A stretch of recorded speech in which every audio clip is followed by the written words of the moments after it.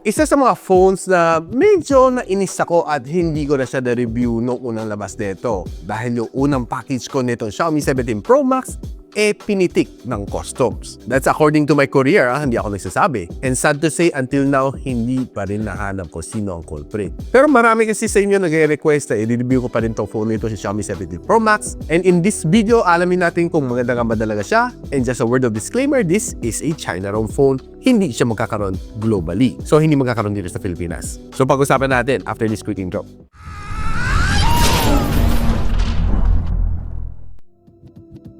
So ito Xiaomi 17 Pro Max, katulad ng Xiaomi 17 Pro, mahaba ng box. So you see a really nice na box na crafted just for this one.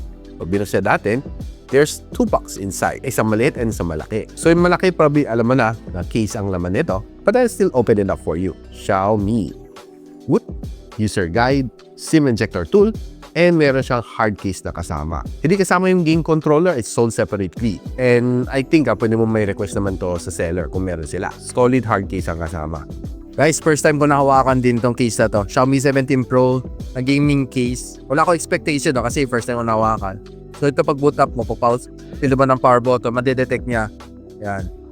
Complete the privacy authorization in front. So, kailangan nakata ito ng Xiaomi ID Tama ako, agree ka lang. Game box. Ito yung sinasabi nila. Okay, so sign in. So, ito guys, no, na-set up na natin. So, just a quick word of warning. Kailangan mo ng national ID ng China just to be able to continue. Kailangan niya ng number ng China and yung pangalan na mayari. For age verification and whatever security purpose. Tuloy lang natin. Continue sa rear, sabi niya. Uy! Hala, daming games. Hanap tayo ng game na maganda. Ano mag-install? So, confirm natin. Try lang natin. Press power button to return. Pili tayo. Ganun pala. Parang snake lang. Stig. Parang snake lang. Di mo siya pwede banggain yung isang snake. Diba?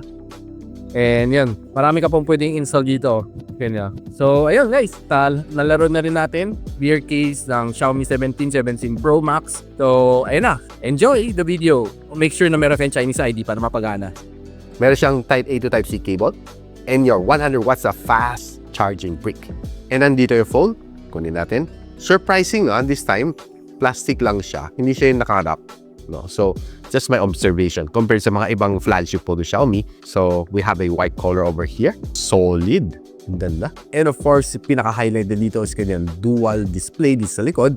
And the feel is pretty premium. By the way guys, na phone na ito, nabili ko kay UKDB Gadgets. Ang kanyang 12.5 is currently priced at around mga 59,000 pesos. And there are times na meron silang mga pre-loved na devices just like this one na nabili ko sa nila at a cheaper price. I'll post the link on the description kung saan mo sila pwede makontak or just simply click the YouTube shopping link para ma-redirect kayo at makabili kayo online nito phone na ito. Just a word of warning, China-ROM phone to, hindi magkakaroon ng global variant to phone na ito. And for every checkout na ginagawa din dito sa akin channel using mga links ko, you are basically supporting me to buy some new gadgets to review just for you. So salamat sa inyong suporta. Now, one thing na gusto ko dito, sobrang linis niya. Yung kanang white dito is probably one of the good na whites na gusto ko. If you're a long-time follower ko, alam niyo na hindi ako mahilig sa puti. Mas gusto ko color black. But na-appreciate ko white dito and matte finish sa likod. So, yeah, pretty good and solid. You got your Leica branding over here. And honestly, hindi masyado umbok ang kanyang camera bump. And there's a lot of things na pwede mong gawa dito sa kanyang second display. When you swipe down, makita mo mga notifications mo. When you long press, pwede ka magpalit ng mga wallpaper mo. So palit tayo into one of my favorite wallpapers dito. Ang Hindorotots. Wow. And kung i-swipe mo from kanyang camera module, you activate yung kanyang camera. This is one of the features na gustong-gusto ko dito sa kanya is that I can take selfies like this. No? Palm shutter lang tayo. And mag-shutter na siya. 3, 2, 1, snap. Diba? Ayos. Palm shutter lang siya. And you can take videos din using this one. Be it portrait, landscape, pwedeng-pwede.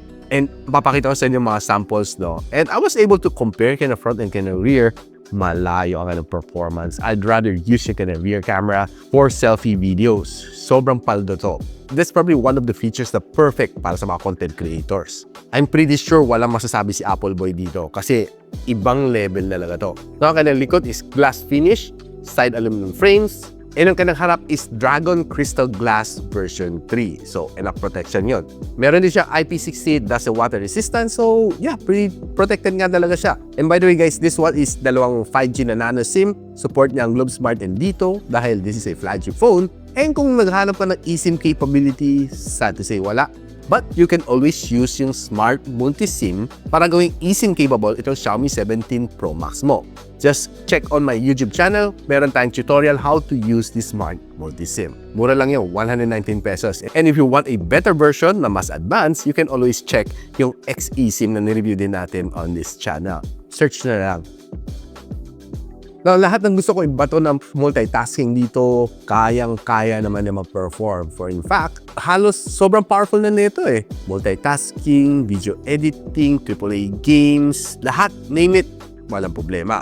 Dahil this one is being powered by the latest, the Qualcomm Snapdragon 8 Elite Gen 5. Sobrang powerful naman, wala akong masasabi dito sa kanya. Where in fact, nabigyan ako ng 3.65 million points dito sa Antutu benchmark, which is sobrang powerful itong chip na ito. Eh kung gusto mong makita bang benchmark na ginawa natin dito, makita ko sa inyo.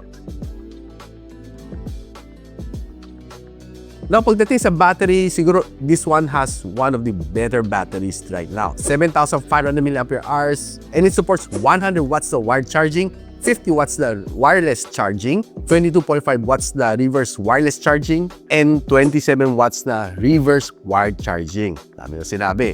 Flagship eh, what do you expect? Ang daming features. There are other flagships na matakaw sa battery, but ibahin nyo si Xiaomi 17 Pro Max dahil sobrang tipid sa battery. I'm pretty sure na matutuwa kayo pag gamit na ito. Where in fact, it can last me beyond 2 days based sa aking testing. And gamit ko naman to for roughly 2 weeks already. This is in aking pocket. And natuwa ako sa kanya. Ginagamit ko siya pang record ng video, pang kuha ng video. Lalay ka na rear camera, gamit na gamit ko sa akin. On real life usage, I can tell you na kaya na 2 days, basta normal usage. And binigyan din ako ng 25 hours and 15 minutes sa screen on time ni PC Mark na battery stress test. Na kung gusto mo makita ko full spec sheet ng Xiaomi 17 Pro Max, ito, pakita ko sa inyo.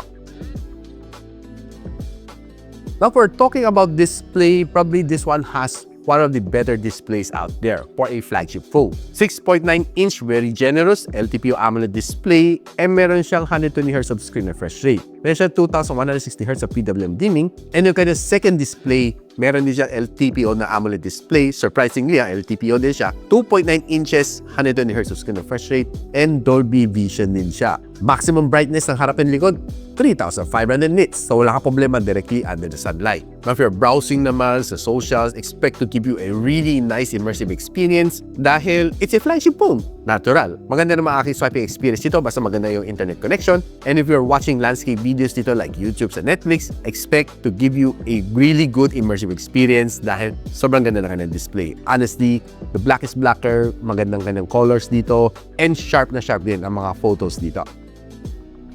Now, ito phone nito has 2 speakers. Isa nandito sa ilalim and the other one coming dito sa earpiece. So, pakinggan lang natin kung gaano kalakas kanya sounds.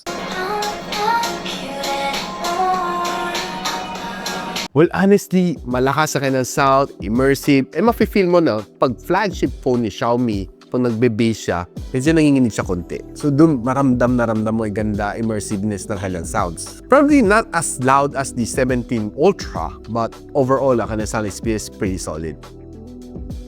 Now, I was able to play 2 games ng medyo matagalan, no? Genshin Impact at si Wuthering Waves. Kasi pag naglaro ako sometimes sa mga Call of Duty Mobile, ML, parang it's a given sa mga flagship phones na mani-mani lang yan eh. Now, pagdating sa Genshin Impact, maganda ang experience ko dito. Though I was expecting to reach 120 FPS, pero hindi ko siya ma-unlock dito. Probably on future updates. And it was able to give me a smooth, sobrang solid ang gameplay dito, and I was really happy with it kasi magandang display, magandang touch response. And one thing to like din dito sa kanya pagdating sa likod when you're gaming, pag mo dito sa kanya, hindi siya imbalance kasi it's a big hole na glass dito sa likod. So hawak ko dito sa likod is solid. Eh, ang inabot ko dito sa kanya on temperature, 43 degrees Celsius after 2 hours of gameplay. Pagdating sa Wuthering Waves, okay din, I was able to achieve 60 FPS. Though there are times sa pagdating sa heavy heavy battles and up to 54, pero it's really no big deal. The gameplay was good, smooth, and touch response was good. The sounds is exceptionally good dito sa Wuthering Waves, pansin ko lang. And one thing na napansin ko rin dito is kaya habang tumatagal na laro ko, medyo umiinit din nga siya. Where in fact, yung kanyang frames, kanyang aluminum frames, medyo umiinit. Though the experience was really good, except yung temperature na umabot siya ng 48 degrees Celsius after 2 hours of gameplay. So I would recommend na bumili ka ng mga game cooler to cool this one down faster. Suggestion ko, FlyDG. Now, pag-usapan na natin ang camera nito. Probably one of the highlights dito sa phone na ito. 50MP na main camera sensor with OIS. 50MP na periscope telephoto lens na may optical zoom na 5x. 50MP din ang kanang ultra-wide sensor. Lahat yan Leica. And it can shoot you up to 8K and 30. Harap din niya is 50MP din. Can shoot you up to 4K and 60. Nasimulan natin mga camera analysis natin. One thing to like dito sa kanya pagdating sa outdoor, you'll be able to get some really nice snaps. Yung tipong focus na focus sa subject. And ang ganda na ng background blur all the way to the background. On outdoors, yung mga colors, yung mga plants, yung mga greens, maganda. I would say that yes, it's saturated, pero maganda ka na saturation. Perfect na perfect ang kind of color science para sa Instagram, para sa Facebook posting. You really get some really nice snaps dito sa kanyang camera, especially when you love outdoor photography. Na kung nung nilalaro ko naman ang kanyang ultra-wide lens, you'll be able to get some really nice snap din sa kanya. And I can zoom all the way to 10 times zoom. Ito yung pinaka-best quality na nakuha ko. Given it's a digital zoom, but not bad. And all the way, kaya ko mag-zoom up to 120 times. No? For me, still not bad. Digitally enhanced, pero still kitang-kita pa rin yung figure dito sa logo ng iglesia. If you bring the photos on indoor, you'll be able to get, well, some nice quality snaps dito sa kanya. Kahit mga ganong stuffed toys, looking good. Pati mga flower shot na nakuha ko, talagang solid na solid. Wala akong reklamo talaga dito sa kanya, lalo pagdating sa quality, pagdating doon sa kanyang color science, okay na okay itong Xiaomi 17 Pro Max. And kahit yung simpleng mga LED shots na nakuha ko dito, okay din siya. Wala siyang color spill. And kahit kumuha ka ng mga product photography on indoor, okay din naman siya. Yung kind of front-facing camera is pretty solid din. Was able to get me some really nice snaps on outdoor. Pansin ko, okay naman yung mas na-capture ko, except medyo mas makinis sa akin mukha kahit by default naka-off. Kahit in-off po yung kanyang beautification, but still medyo smoothen ang aking mukha. Yun ang hindi mo mapalit dito sa mga phones si Xiaomi. May kunting beautification pa rin siya kahit i-turn off mo pa siya. But overall, hindi naman siya sobrang matapang ng beautification. Okay lang, it makes you look good.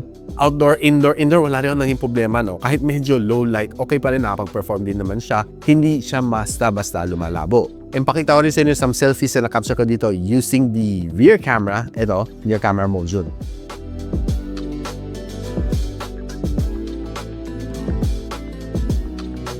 Now, ito naman sa video. Pakita ko sa inyo video na na-capture ko using the front-facing camera. Guys, ito ang performance ng Xiaomi 17 Pro Max if you're using yung kind of front-facing camera. Yung harap to take a vlog. And I would say sharp na sharp siya. Pero, pwede mo rin gamitin ng kind of rear camera to take a selfie video. Ito, pakita ko sa inyo. And ito naman ang sample ng video using the rear camera as the selfie cam. Ito naman ang pormahan if you're using the rear camera, 4K and 60 din. Grabe guys, so mas maganda, mas malinaw ang rear camera to take a selfie video. Lahat yan magagawa mo dito sa Xiaomi 17 Pro Max. And I believe na walang pangit na selfie video or selfie photo dito sa phone na ito. Tingnan nyo guys. And finally, yung rear camera performance. And ito naman rear camera performance ng Xiaomi 17 Pro Max. Grabe, no? Ibang level talaga ang camera nito. And you'll really capture every details dito sa kanya. Kahit mapa-zoom man siya. Kitang-kita pa rin Starbucks logo after 10 times zoom. Definitely clear. Guys, diba? Okay, exceptionally good yung kanyang rear cameras, which is probably one of the selling point dito sa phone nito. Now, with a phone this good, it's hard not to vouch for it kasi sobrang okay ito phone nito. And honestly, at its price point, I would say hindi siya sobrang mahal. Kasi flagship chip, like a camera, you got a second display doon sa likod, which can be used as your selfie camera pang take the photo and video. And given its form factor na solid din, I don't see any reason bakit hindi ko siya ibabouch itong Xiaomi 17 Pro Max. So if you want to know kung saan ko ito nabili, I got it from UKDB Gadgets and I'll post the link on the description or just simply click the YouTube shopping link. And kung may kilala kayo naghanap ng flagship phone without breaking the bank, well, 60,000 pesos, still cheaper than an iPhone. Pwede mo i-recommend ang videos kanila. And of course, in-encourage you to like, subscribe dito sa aking channel so you don't miss out ng mga review like this one, mga rare items like this here sa aking channel. So, paano hanggang dito muna. I'll see you on my next video. Peace out. And so, ako para si Richmond and you're watching Gadget Sidekick. Like and subscribe to my channel. Don't forget to hit that notification bell. For one of my latest uploads, click the dito. And for one of my popular uploads, click here.